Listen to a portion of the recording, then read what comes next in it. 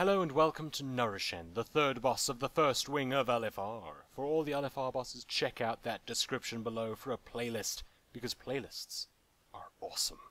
Anyway, this fight has a corruption bar and everyone has 75 corruption at the start of the fight. Don't worry too much about gaining corruption because you won't get mind controlled and all corruption does is make you do less DPS. This fight will need a tank swap due to the stacking debuff called self-doubt, so take the boss when your stacks run out and politely ask the other tank to do the same. The boss will channel blind hatred, which summons a black skull with a beam connecting it to the boss that rotates around the room. If you stand in the beam, you die, so don't stand in the beam. He still smashes the tanks while he does this. There will be golden orbs around the room, which DPS should click to use to go into a different realm where they must DPS down adds from behind and avoid abilities.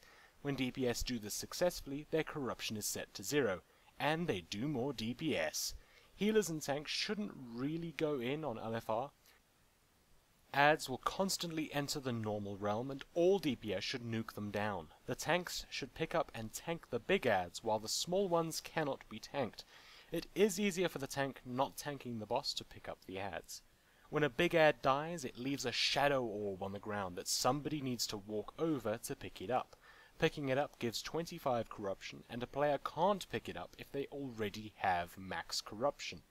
Healers and tanks should walk over these right away, seeing as it is best to have DPS with lower corruption for more DPS on the boss, but if it isn't picked up, it AoEs the raid for a ton of damage, so DPS do the noble thing and save everyone else's life by walking over it.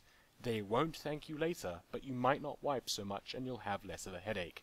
The enrage timer is an instant wipe, so if everyone suddenly dies, that was the enrage timer. If possible, use Bloodlust at 50% health on the boss so that more DPS will have lower corruption for it.